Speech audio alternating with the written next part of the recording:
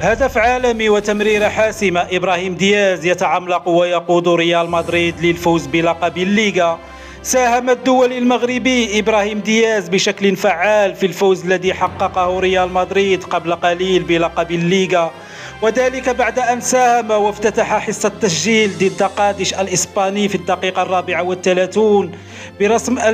في الدقيقة 51 برسم الجولة 34 من الدوري الإسباني، وذلك من مجهود فردي وتسديدة محكمة من خارج مربع العمليات تليق بالنجوم الكبار، قبل أن يمنح تمريرة حاسمة لزميله بيلينغهام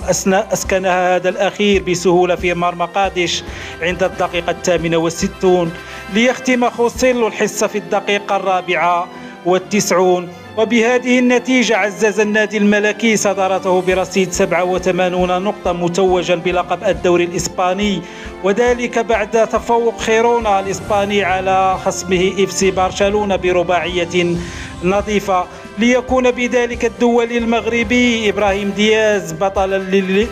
بطل الليلة بامتياز بعد تسجيله لهدف التفوق بهدف مهم شكل نقطة تفوق ريال مدريد على نادي قادش.